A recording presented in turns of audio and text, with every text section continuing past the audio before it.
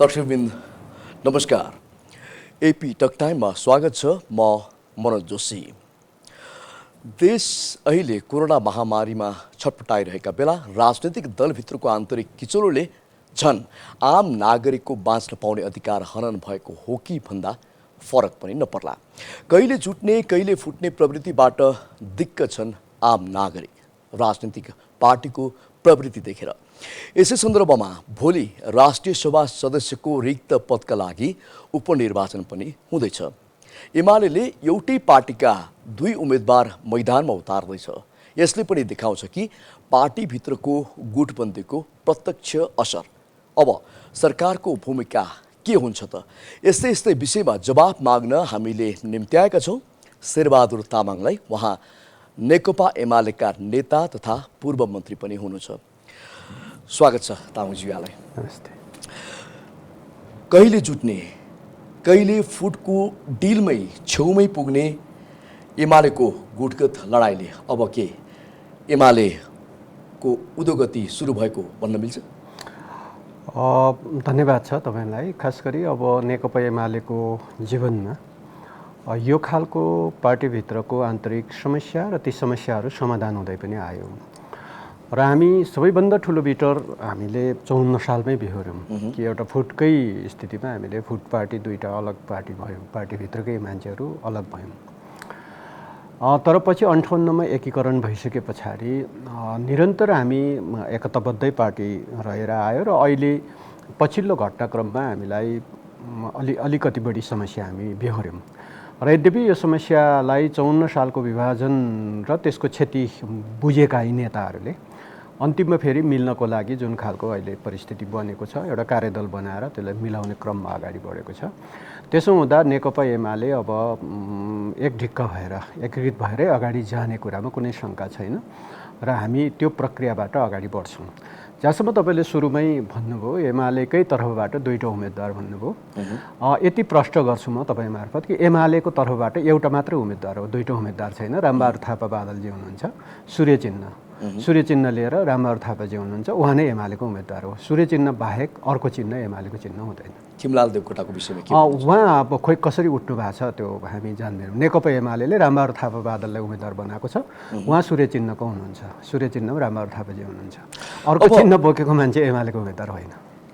यहाँले यसो भन्दा पनि भोलिको जुन राष्ट्रिय सभाको सदस्यका लागि उपनिर्वाचन हुँदैछ, तपाईँहरूको गुटगत लडाइँ त त्यहाँ त प्रश्न देखिएको छ नि। यहाँले चाहिँ खिमलाल देवकोटा अनि देखिँदैन किनभने पार्टीमा अब भएका असमझदारीहरूलाई मिलाउनलाई 10 सदस्यीय कार्यदल बनाएर कार्यदलले काम पनि सुरु गरिसकेको छ र हिजो मात्रै एउटा बैठक बसेर त्यो बैठकबाट केही सन्देशहरू दिएकै छन् कि पार्टीलाई बेमेल हुने खालका र अभिव्यक्ति अथवा त्यस्ता गतिविधिहरू केही पनि नगर्ने भनेर हिजो कार्यदलबाट जुन निर्णय गरिसके पछाडि अब अर्कै उम्मेदवारलाई एमालेका मतदाता जो एमालेकै फेरि यो त बोनाफाइड मतदाता हुन्, सर्वसाधारण जनता मतदाता होइन। यो त तपाईँको चाहिँ प्रदेश सभामा एमालेको सूर्य चिन्ह लिएर चुनाव जितेका प्रदेश सभाका सदस्यहरू यसको मतदाता हुन्छन्। गाउँपालिकाका प्रमुख र उपप्रमुख, नगरपालिकाका चाहिँ मेयर र उपमेयरहरू होइन। यो चाहिँ नेकपा एमालेबाट सूर्य चिन्ह लिएर उम्मेदवार बनेर जितेकाहरू, तिनीहरू भोटर्स हुन्छन्। अनि त्यो आफै सूर्य चिन्ह लिएर उम्मेदवार बनेर जितेका चाहिँ आज चाहिँ जनप्रतिनिधि भएर चाहिँ बसिरहेका मान्छेहरू अनि आफ्नै चुनाव चिन्ह पार्टीको चुनाव चिन्हको फरक अर्को चिन्हमा त भोट हाल्दै मिल्दैन। त्यसो भएको हुनाले यो चाहिँ अब अर्को देवकोटा उठ्यो कि के उठ्यो, अब कुन चिन्हबाट उठ्यो, कुन पार्टीले उठायो हामी काउन्ट गर्दैनौँ। उहाँ पनि नेकपा एमालेको होइन, उहाँ एमालेको होइन। यति कुरा म घोषणा गर्छु। उहाँ हो 67 सालसम्म उहाँको पार्टी सदस्यता देखिन्छ। हामीले उहाँको सबै रेकर्डहरू हेऱ्यौँ। 67 सालमा 12मा उहाँको पार्टी सदस्यता देखिन्छ। त्यस पछाडि उहाँ पार्टीमा सम्पर्कमा हुनुहुन्न, कहिले सदस्यता रिन्यू पनि गरेका छैन, कुनै पार्टी कमिटीमा आधिकारिक कमिटीमा पनि छैन। उहाँ पार्टीबाट एक हिसाबले अब भागिसकेको, पर हिँडिसकेको, नेकपा एमालेबाट पर हिँडिसकेको अवस्था हो। आज कुनै पनि एमालेको आधिकारिक कमिटी कुनै ठाउँमा काम गरिरहेको उहाँको देखिँदैन। हो, मैले भने 67 सालसम्म उहाँको पार्टीको सदस्यता 12मा देखिन्छ। त्योभन्दा बाहेक उहाँ त्यसपछि एमाले हुनु होइन, एमालेमा हुनुहुन्न अहिले। भोलिको परिदृश्य जुन आउँदैछ यसलाई के स्वाभाविक रूपमा लिन सकिन्छ अनि भोलि त प्रश्नै छ नि त नेकपा एमालेका मतदाताले मैले भने जो चाहिँ सूर्य चिन्ह लिएर आफै जनप्रतिनिधि भएको छ अनि त्यही जनप्रतिनिधि भोटर्स हो अनि त्यसपछि उसले चाहिँ अनि सूर्य चिन्हभन्दा बाहेक अन्त भोट हाल्ने परिकल्पना हामी गर्दैनौँ। कसैले गरेछ भने पार्टीले व्हिप जारी गरेको छ, निर्देशन जारी गरेको छ पार्टी महासचिवको तर्फबाट, त्यो निर्देशनको उल्लङ्घन ठहर्छ र त्यो उल्लङ्घन कसैले गर्छ भने त्यसको त हामी हेर्छौँ। जस्तो त्यहाँका मतदाता पनि अहिले निकै दोधारमा परेका छन्। कोही दोधार अब कुन गुटको भनेर चाहिँ कसरी छुट्याउन सकिन्छ? होइन, कुनै दोधारमा छैन। एमाले गुटका त्यहाँभित्र नेकपा एमालेका मान्छेहरू एमाले गुटका हुन्छन्, एमाले पार्टीका हुन्छन्, त्यहाँ कुनै समूह गुट भएर चाहिँ भोट हाल्ने स्थिति बन्दैन। जस्तो रामबहादुर थापा र खिमलाल देवकोटा मध्ये पुरानो एमाले छान्ने मनस्थिति पनि धेरै छ भन्ने सुनिन्छ नि, यो व्हिप तपाईँहरूको छ, यसले काम गर्ला त? अब पार्टी त जब हो पार्टीभित्र आन्तरिक समस्या त थियो, त्यो समस्या मिलाउन भनेर पार्टी चाहिँ एक ठाउँमा बस्नको लागि पार्टी लिडरहरूले आपसी समझदारीको आधारमा एउटा कार्यदलै बनाएर जब वर्कआउट सुरु गरिसके पछाडि अब मिल्ने दिशातर्फ अगाडि बढिसकेका हुनाले अब नमिल्ने कुराको अब त्यहाँ पार्टीको उम्मेदवारको विपक्षमा भोट हाल्ने भने त्यसो भए त एमाले पुरानो एमाले त नेकपा एमालेको सिपी मैनाली पनि त हो नि। सिपी मैनालीको उम्मेदवारलाई भोट हाल्छौँ त त्यो पुरानो र नयाँ भन्ने हुँदैन। आज एमालेमा को छ? आज एमालेमा को छ? आज एमालेको उम्मेदवार को हो? त्यसको पक्षमा भोट हालिन्छ नि। पुरानो खोज्दै गएर चाहिँ अनि त्यस पछाडि कोही मान्छे हिजो एमाले छोडेर हिँडेका मान्छेहरूलाई अनि त्यो पुरानो एमाले भन्दै हामी बस्न सक्छौँ र? त्यसो भएको हुनाले आज एमालेमा को छ? आज एमालेको उम्मेदवार को छ? एमालेको सूर्य चिन्ह कसले बोक्छ? त्यो एमाले हो अहिले। त्यसो भएर हिजो को थियो त्यो हुँदैन। आज पनि एमालेसँग रहिरहेका मान्छेहरू एमालेबाट अलग हुन्छ भने तिमी हिजो एमाले थियो भनेर अनि हामीले चाहिँ उसलाई समर्थन गर्छौँ त? गर्दैनौँ नि। त्यसैले पार्टी सिस्टममा अहिले एक्जिस्टिङ हिजोको हिस्ट्री जोडिन्छ, जोडेर पनि ऊ आज त्यो ठाउँमा उभ्या छ कि छैन, मुख्य कुरा त त्यो हो नि। त्यसो भएको हुनाले हाम्रो चाहिँ आजको एमाले के हो र हिजोको वैचारिक पृष्ठभूमि जोडेर आएर पार्टीको चाहिँ जीवनको साङ्गठनिक पृष्ठभूमि जोडेर आएर एमालेमै उभ्या छ भने ऊ एमाले हो, एमालेमा उभ्या छैन भने ठिक छ हिजो फलान ठाउँमा हुनुहुन्थ्यो भन्ने ठाउँमा हुन्छ नि त, पास्ट टेन्समा जान्छ त्यो। अब कर्णाली प्रदेशको उदाहरण त ताजै छ, त्यो पनि हुन सक्दैन भन्ने अवस्था त छैन। कर्णालीको त अब एकदमै बिटर हो त्यो, त हामीले भोलि पनि त्यो हुन सक्दैन भन्ने अब केही कार्यकर्ताहरूलाई हामी के भनिरहेका छौँ भने आखिर तपाईँको चाहिँ भनौँ न कर्णालीमा उक्साहाटमा लागेर ती चारजना साथीहरूले फ्लोर क्रस गरिदिनु भयो, उहाँहरू अहिले कारबाहीमा हुनुहुन्छ। माथि नेताहरू मिल्यो भने उहाँहरूलाई तुरुन्तै त हामी लिँदैनौँ, किन त्यो गम्भीर अपराध हो पार्टीको हिसाबले हेर्दाखेरि। माथि नेताहरू मिल्दो रहेछन्, नेताहरू चाहिँ आखिर छलफल गरेर मिलाउने दिशातर्फ जाँदो रहेछन्, अनि कार्यकर्ता भिक्टिमाइज हुने, अनि त्यो भिक्टिमाइज हुने ठाउँमा किन जाने कोही कार्यकर्ता? त्यसैले बागमती प्रदेशको चाहिँ राष्ट्रिय सभाको निर्वाचनमा त्यस्तो खालको स्थिति हुँदैन र सबै कार्यकर्ताले सबै भोटरले अब त्यो फेरि सामान्य कार्यकर्ता होइन, भोटर चाहिँ अहिले एकदम इलेक्टेड जो चाहिँ पार्टीको आधिकारिक चुनाव चिन्ह लिएर चुनाव जितेका जनप्रतिनिधिहरू भोटर भएको हुनाले त्यसमा तलमाथि हुँदैन। अझै पनि हिसाब किताब हुँदैछ कि मतदाता कुन गुटमा जाने, कुन गुटको हो भनेर उनीहरू आफै कन्फ्युजन। यसमा तपाईँको धारणा के छ? यसमा त मैले अघि नै भने नेकपा एमालेको पार्टीमा छन् सबैजना, एमाले पार्टी बाहेक अन्त भोट हाल्दैन। अब यो समस्यालाई यहाँहरूले कसरी निराकरण गर्न चाहनुहुन्छ? कसरी निराकरण हुन्छ? किनभने पार्टीभित्रको आन्तरिक समस्याहरूलाई समाधान गर्ने हामी मूलतः तपाईँको चाहिँ पार्टीभित्र देखिएका अन्ततोगत जेसुकै भए पनि तपाईँ विधिको कुरा गर्नुहोस्, विधानको कुरा गर्नुहोस्, सिद्धान्त दृष्टिकोणको कुरा गर्नुहोस्, फेरि पनि ठोकिँदा चाहिँ कहाँ रहेछ भने व्यवस्थापनको कुरामा ठोकिँदो रहेछ। कुनै पनि चिज चाहिँ तपाईँको चाहिँ कन्फ्लिक्ट किन हुन्छ भन्दाखेरि तपाईँले त्यहाँ चाहिँ त्यसको वितरण प्रणाली होइन, अनि त्यस पछाडि तपाईँको चाहिँ त्यहाँ स्रोतको कति उपलब्धता छ, तपाईँको चाहिँ प्रशस्ति स्रोत भएको ठाउँमा पनि त्यो स्रोतको चाहिँ तपाईँको चाहिँ बाँडफाँडमा चाहिँ अब तलमाथि भयो भने त्यही कन्फ्लिक्ट सुरु भइहाल्छ। त्यसो भएको हुनाले अहिले नेकपा एमालेभित्र अब हामी नेतृत्वको व्यवस्थापन प्रमुख प्रश्न त्यो भएर आएको छ। हामी कहिलेकाहीँ आफू नेतृत्वमा हुन्छौँ, आफूले ठिकै गरिरह भन्ने हुन्छ, अर्को नहुनेले अलिअलि भाग नपाउँदाखेरि व्यवस्थापन भएन भन्ने कारणले अब त्यो चाहिँ विधिको कुरा गरिन्छ। त्यसो भएको कारणले यो चाहिँ कस्तो चिज हो भने हामीले त्यसलाई एउटा मापदण्ड एउटा वैज्ञानिक मापदण्ड बनाएर वितरण प्रणालीले पनि त्यस्तै गर्नु पर्यो र वितरण मात्र होइन स्रोत पनि त्यतिकै जुटाउनु पर्यो। हुन त एमालेको लागि अहिले स्रोतै स्रोत छ, किनभने एमाले अहिले सरकारमा छ, जनताले मतदान गरेर जिताइदिएको छ। तपाईँको चाहिँ स्थानीय तहमा बहुमत धेरै ठाउँहरूमा चाहिँ नेकपा एमालेकै मान्छेहरू छन्। तपाईँको चाहिँ प्रदेश सरकारमा 6वटा एमालेको ठाउँ चाहिँ सरकार थियो, हिजो नेकपाको सरकार थियो। त्यसो हुँदा पनि अहिले तपाईँको चाहिँ 4वटा त एमालेकै नेतृत्वमा सरकार चलाइरहेको छ, 2टा माओवादी केन्द्रमा छ। अझै ती ठाउँहरूमा पनि एमाले बहुमतमा थियो। त्यसो हुँदा सिङ्गल एमालेको मात्रै 6वटा चाहिँ सरकार स्थानीयमा हुनसक्थ्यो, के अरे प्रदेशमा हुनसक्थ्यो, केन्द्रीय सरकार एमालेकै छ। त्यसो भएको हुनाले स्रोत पनि प्रशस्ति देखिन्छ, बाँडफाँड गर्दा पुग्ने नै देखिन्छ। तर पनि मान्छेलाई अलिकति चाहिँ त्यसको सिस्टमाइज हुन नसक्दाखेरि अनि त्यसपछि आवाजहरू उठ्छन्, त्यो आवाज कन्फ्लिक्टमा परिवर्तन हुन्छ। त्यो कन्फ्लिक्टलाई तपाईँले बढाउँदै लानुभयो भने, त्यसलाई व्यवस्थापन गर्नु भएन भने त्यसले स्प्लिट पनि गर्छ। तर आज एमालेको राजनीतिक जीवनमा, आन्तरिक जीवनमा अब स्प्लिटतर्फ होइन, अब मिल्नेतर्फ अगाडि बढिसक्यो हुनाले यी सबै चिजहरूको व्यवस्थापन हुन्छ र पार्टी आन्तरिक साङ्गठनिक जीवनलाई पनि तपाईँ चाहिँ पार्टीका नेता नेतृत्वको चाहिँ व्यवस्थापन पनि हुन्छ। अब 3 दिनको म्याद पाएको कार्यदलले बल्ल विषय पनि प्रवेश गर्दैछ। अब के तपाईँहरूको यो जुन गुट उपगुटमा एक किसिमको द्वन्द्व चलेको थियो, आन्तरिक किचलो भएको थियो, यो कुरा मिलेको हो? अब यो मिलन बिन्दुतर्फ अगाडि बढिसकेको छ। त्यसले अब यो आजको तत्कालीन तपाईँको चाहिँ कन्फ्लिक्टलाई मिलाउनेतर्फ अगाडि बढेको छ। पछि भविष्यमा अर्को कुनै इस्युमा, अर्को कुनै उसमा तपाईँको चाहिँ फेरि उनै मान्छेहरू तिनै हुन्छन्, त्यस्तो नहुनसक्छ। अर्को पात्रहरू जन्मिन सक्छ, अर्को पात्रहरूको बिचमा चाहिँ कन्फ्लिक्ट हुनसक्छ, नेतृत्वकै विषयमा कन्फ्लिक्ट हुन। कुनै पनि एउटा पार्टीभित्र, एउटा इभन तपाईँ एउटा परिवारभित्र त अब बाउसँग छोराछोरीहरू कन्फ्लिक्ट गरेर चाहिँ भिन्न बस्ने स्थिति बन्छ होइन। त्यसो भएको हुनाले अब सधैँभरि नेपाली समाज अथवा विश्वकै समाज चाहिँ परिवार एउटा संयुक्त परिवार भएर बसेको त कहीँ देख्दैनौँ नि। भनेपछि सामान्य सामाजिक जीवनमा एउटा परिवारभित्रै पनि तपाईँको चाहिँ परिवारहरू चाहिँ छुट्टिँदै गएको देखिन्छ। यद्यपि कम्युनिस्ट पार्टी अथवा तपाईँ अरू जुनसुकै पार्टी पनि एउटा दृष्टिकोणले ती सबै छुट्टिने प्रवृत्ति भएका मान्छेहरूलाई एउटा दृष्टिकोणमा यतिका लाखौँ मान्छेलाई सङ्गठित गर्न सकेका छ नि। जस्तो नेपाली काङ्ग्रेस भनेपछि एउटा दृष्टिकोणमा लाखौँ मान्छेलाई एउटा पार्टी बनाउन सकेका छ। नेकपा एमाले एउटा दृष्टिकोणमा लाखौँ मान्छेलाई एउटै पार्टीभित्र समेट्न सकेका छ।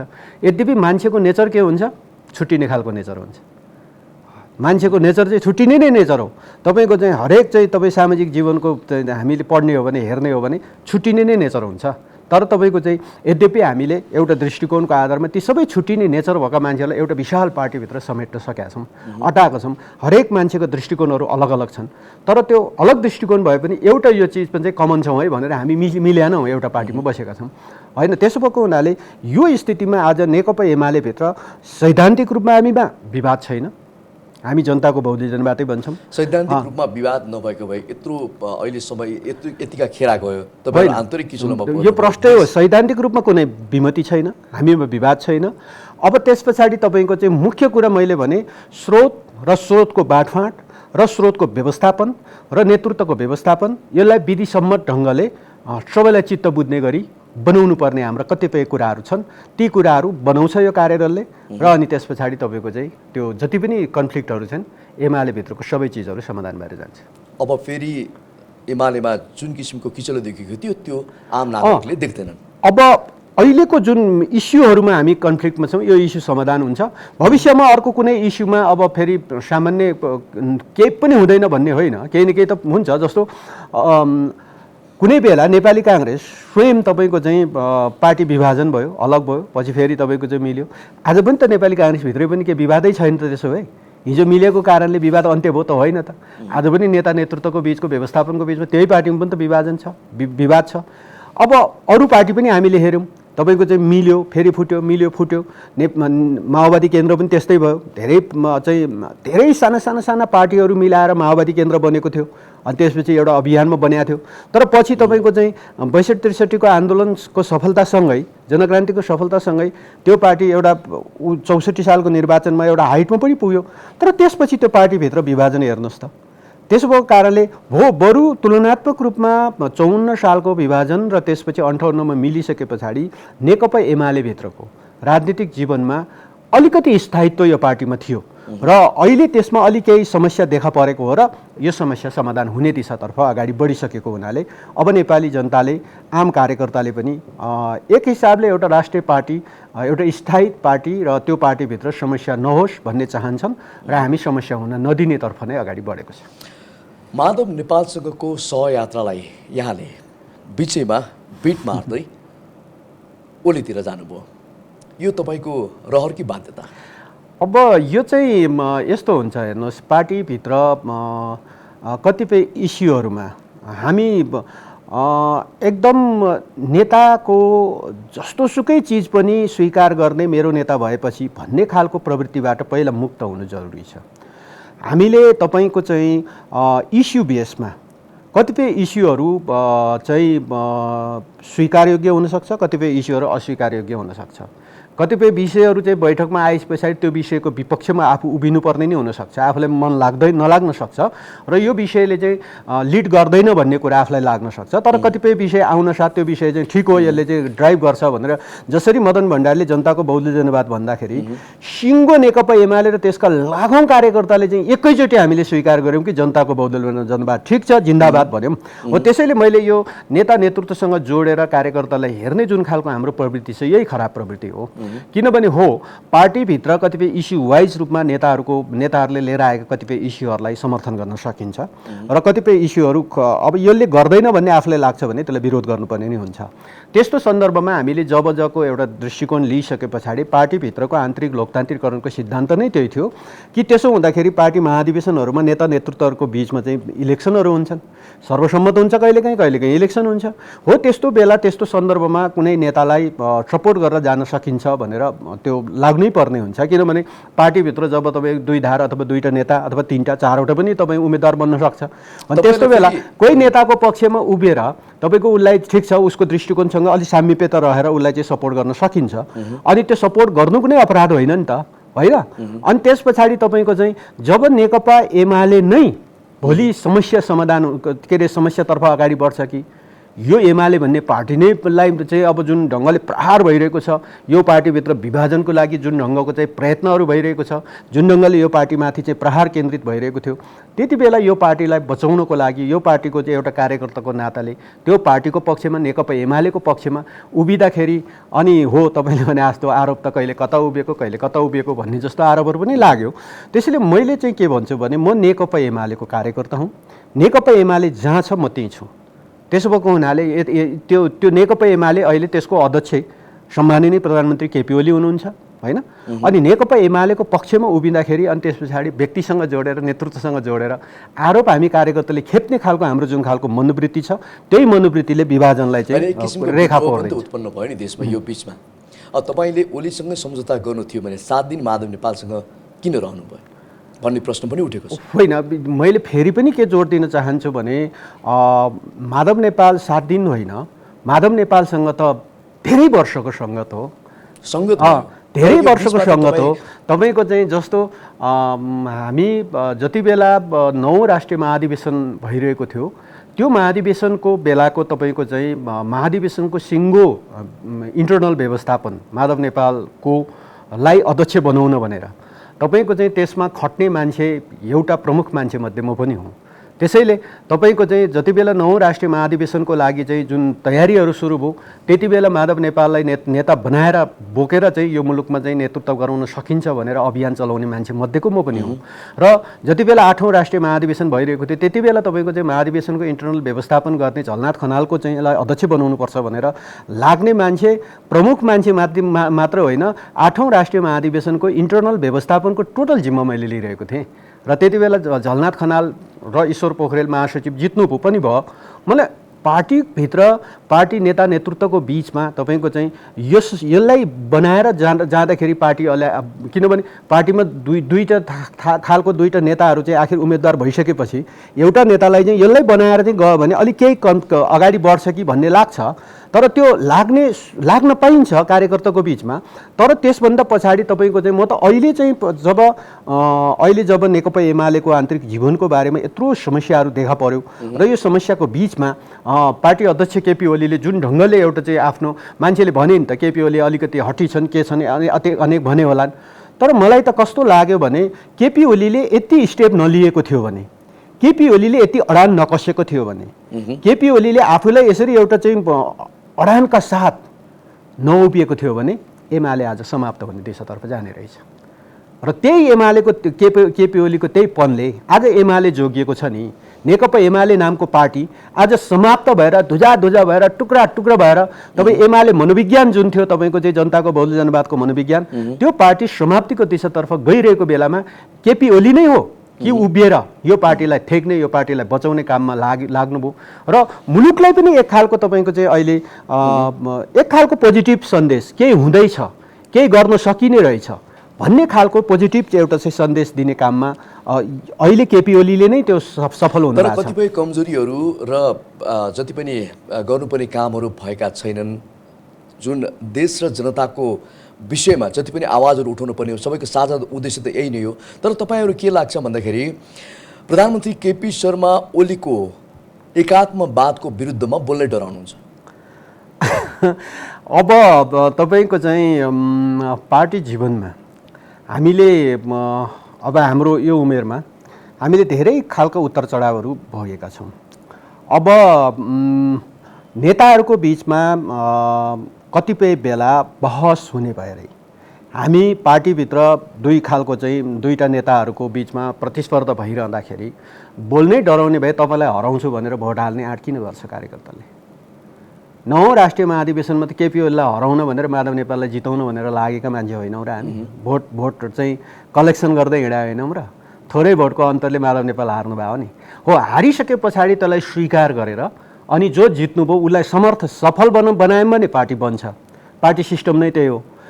चुनाव अगाडि तपाईँको चाहिँ महाधिवेशन अगाडि अब उभिन पाइन्छ, तपाईँहरू कोही पनि होइन मै उभिन्छु भन्न पनि पाइन्छ होइन, त्यो हामीलाई त्यो छुट छ। तर तपाईँको चाहिँ त्यति गरिसके पछाडि जब तपाईँको चाहिँ एउटा लिडरसिप चुनिन्छ नि, हो चुने पछाडि त्यो लिडरसिप जो चुनिन्छ उसलाई सफल बनाउने हो। ऊ सफल भयो भने पार्टी सफल हुन्छ।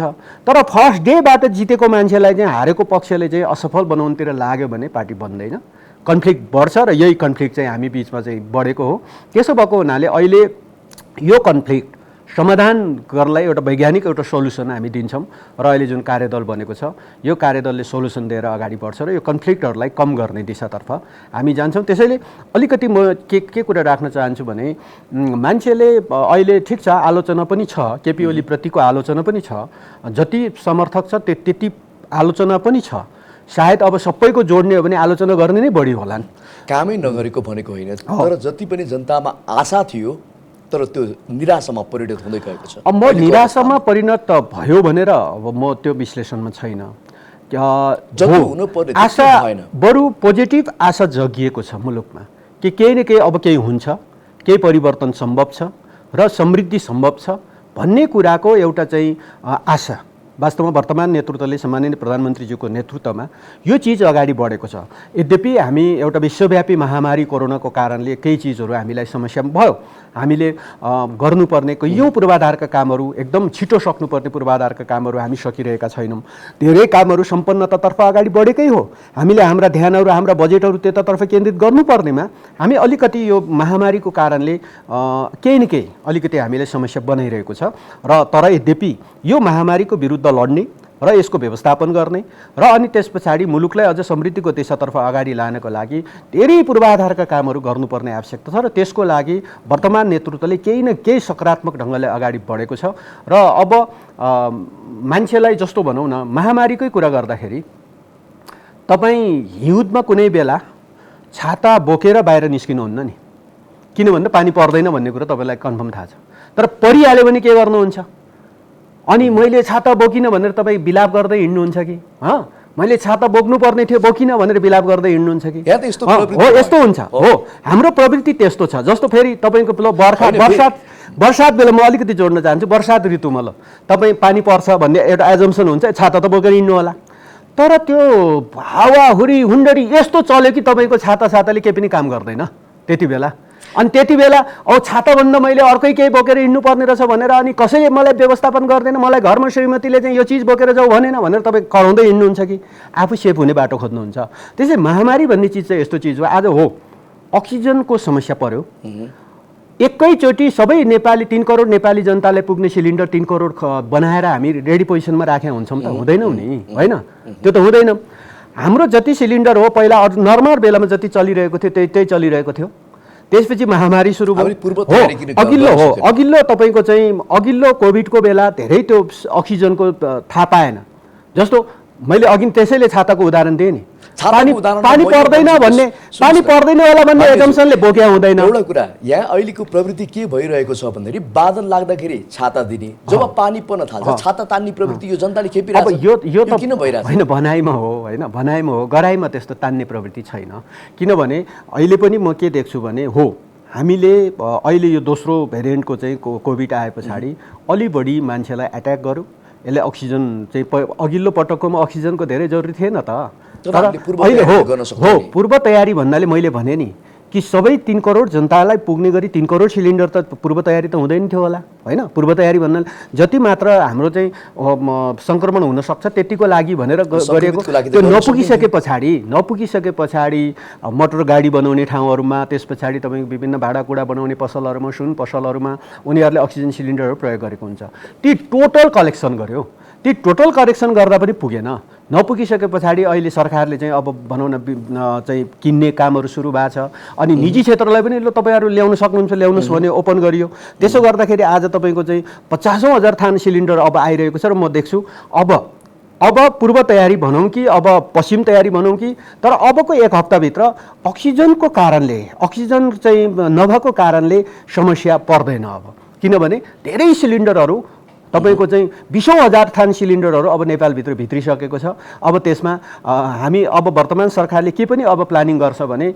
निकट भविष्यमा अब नयाँ बजेटमै अथवा यो अहिले चलिरहेकै बजेट पनि केही रकमान्तर गरेर मिल्छ भने हरेक जिल्ला अस्पतालहरूमा अब हेर्नु होला हामी अक्सिजन प्लान्ट लगाउँछौँ पछिल्लो अवस्थामा प्रधानमन्त्रीको भनाइले के आशा चाहिँ जगाएको छ तर व्यवहारमा हरेक जिल्ला अस्पतालहरु पहिला त अक्सिजन प्लान्ट थिएन तपाईको चाहिँ सिलिन्डर बोकेर कहीँ एउटा अक्सिजन प्लान्टमा गएर चाहिँ भरेर चाहिँ लानुपर्ने स्थिति थियो अब हेर्नु होला अब हामी पूर्व तयारी भनौँ कि पश्चिम तयारी भनौँ अब हरेक जिल्ला अस्पतालहरुमा हामी अक्सिजन प्लान्ट फिट गर्छौँ र त्यो अक्सिजन प्लान्ट फिट गर्ने बजेट आउँछ र अनि अक्सिजनको कारणले तपाईँ अरू पनि रोगहरुमा भोलि सजगताको लागि चाहिँ अक्सिजनको कारणले बिरामीलाई केही नभोस् आइसियु सिसियु के हो त्यो सबै चीजहरु हरेक जिल्ला अस्पतालहरुमा चाहिँ हामी स्थापना गर्छौं त्यसपछि क्षेत्रीय अस्पतालहरुमा क्रमैसँग त्यसरी स्थापना गर्छौं हो प्लानिङ भनेको यो हो तपाईहरुको प्लानिङले मूर्त रूप पाओस् अब हामी कार्यक्रमको अन्तिममा आइसकेका छौं अन्तिममा गुट परिवर्तन गरी श्रीमतीलाई मन्त्री बनाउनु शेरबहादुर थापाको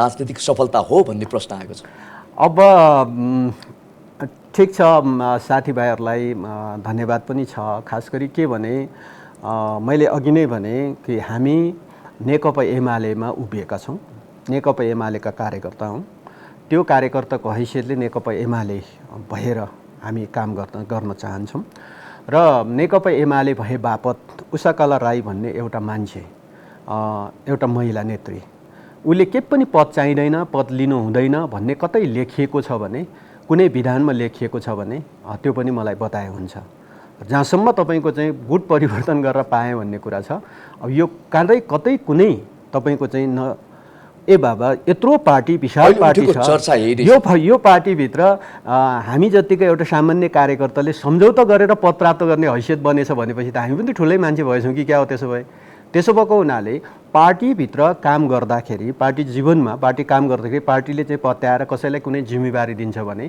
तपाईको चाहिँ गुटगत कुरा स्वार्थसँग जोडेर त्यसलाई त्यसरी व्याख्या गर्न मिल्दैन र एउटा मुख्य कुरा चाहिँ के हो भने हामी निष्ठापूर्वक जहाँ उभिन्छौं पार्टीको पक्षमा उभिन्छौं नेकपा एमालेको पक्षमा उभिन्छौं किन उभिन्छौं भन्दा फेरि पनि नेकपा एमालेले जनताको राम्रो गर्छ देशको राम्रो गर्छ भन्ने दृष्टिकोणसँग हाम्रो मेल खायो नि नेकपा एमालेले बोकेको जनताको बौद्धिक जनवादसँग मेल खान्छ यसले बोकेको जनजीविकाको सवालका नाराहरूसँग मेल खान्छ यसले गरे सामाजिक सुरक्षासँग जोडिएका चाहिँ कयौं मुद्दाहरूमा शिक्षा स्वास्थ्य रोजगारीका मुद्दाहरूमा यसले अलि तुलनात्मक रूपमा समाजवादी मोडेलबाट यसले चाहिँ आफ्नो दृष्टिकोण राख्छ त्यसैले त हामीलाई पनि त्यो चीज मन परेर यो पार्टीमा छु नि त्यसैले यो पार्टीमा आफ्नो पार्टीमा उभिँदाखेरि आफ्नो पार्टीको पक्षमा आफ्नो पार्टीको दृष्टिकोणको पक्षमा उभिँदाखेरि अनि गुटगत अर्थ लागेर हामी जुन खालको चाहिँ रेखा कोर्छौं नि त्यही हाम्रो खराब मनोवृत्ति हो र यसरी रेखा कोर्नु हुँदैन कि हामी पार्टीको पक्षमा उभिँदाखेरि जिम्मेवारीको कुरा गर्दाखेरि त अब भनौँ न नेतृत्वले विश्वास गरेर, जस्तो आज म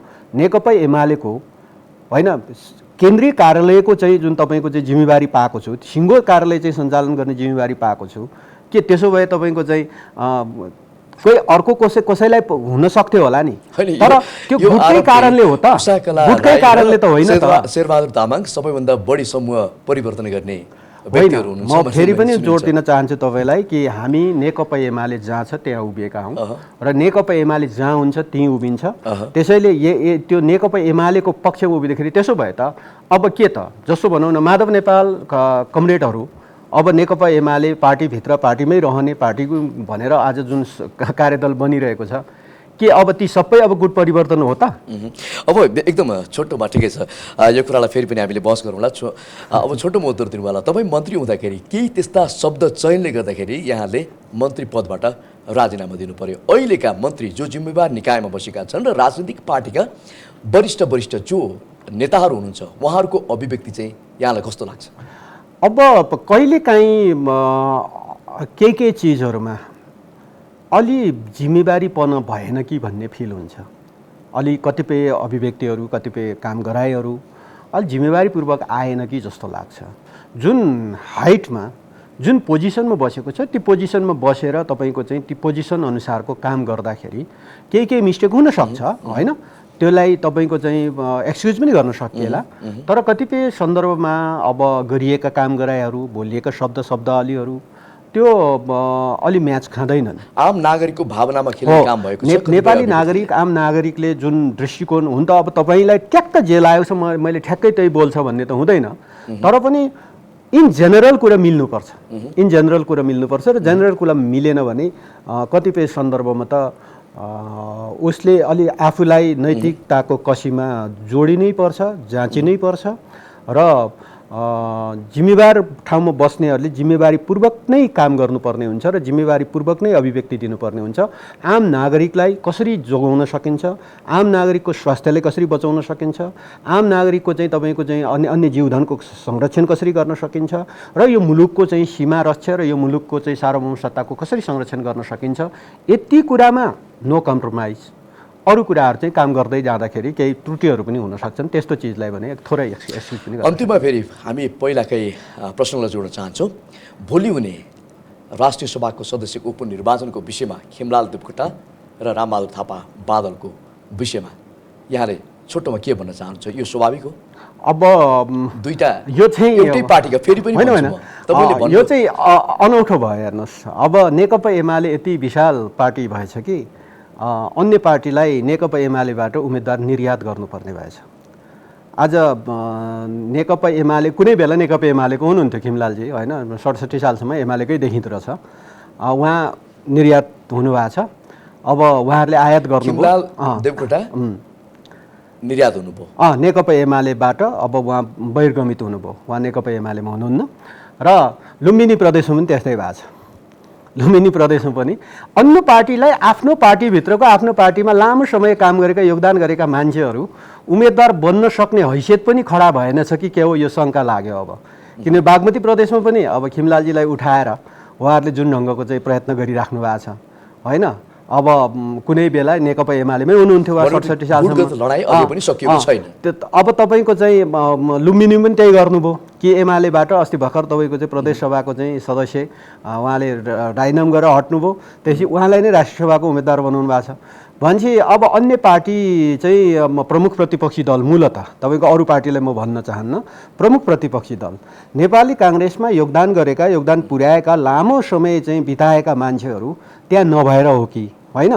अब एमालेबाट उम्मेदवार खोजी एमालेका मान्छे रुष्ट मान्छे को छन्, एमालेबाट अब अलि बहिर्गमित मान्छे को छन्, खोजी उम्मेदवार बनाउने खालको परिस्थिति जुन सिर्जना भएको छ, अब त्यस्तो स्थिति बन्यो। त्यसैले नेकपा एमालेको हकमा हामी प्रष्ट छौँ, किनभने अरू उम्मेदवार हामीले चिन्दैनौँ। खिमलाल देवकोटालाई तपाईँहरूले चिन्दैनौँ, किनभने उहाँ अहिले एमालेको हुनुहुन्न। उहाँले के चिन्ह लिनुभएको छ हामीलाई थाहा छैन।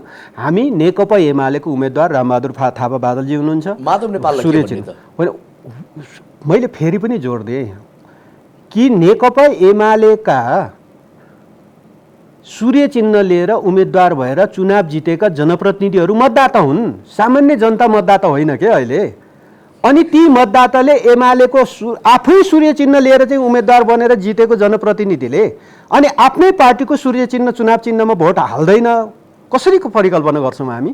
त्यो भोट हाल्नुहुन्छ नेकपा एमाले अहिलेसम्मको आकलनमा तपाईँको चाहिँ लगभग 5500 भन्दा बढी भोट नगाउनुहुन्छ अब बादलजीले र त्यसो भएको हुनाले अहिले नेकपा एमालेकै पक्षमा लगभग 5200 मत छ र त्यसो हुँदाखेरि अब अरू पार्टीको पनि समर्थन प्राप्त भएको छ। त्यसो भएको हुनाले धेरै अत्याधिक बहुमतका साथ बादलजीले चुनाव जित्नुहुन्छ। यहाँसम्म आएर आफ्नो महत्त्वपूर्ण भनाइ राखिदिनु भयो, त्यसको लागि यहाँलाई धन्यवाद। हजुर धन्यवाद। दर्शकवृन्द, आज हामीले कुराकानी गऱ्यौँ समसामयिक राजनीतिक विषयमा, त्यस्तै कोरोना कहर छ। कोरोना कहरमा अब राज्यको भूमिका के हुन्छ, के हुँदैछ, के गर्छ भन्ने विषयलाई पनि हामीले जोड्यौँ। त्यस्तै शेरबहादुर तामाङका केही कुराहरूलाई उठेका प्रश्नहरूलाई पनि हामीले यहाँ राख्न पायौँ र उत्तर पनि पाइसकेका छौँ र थप छलफल फेरि आगामी दिनमा हामीले गर्ने नै छौँ। AP1 हेर्दै गर्नुहोला। नमस्कार।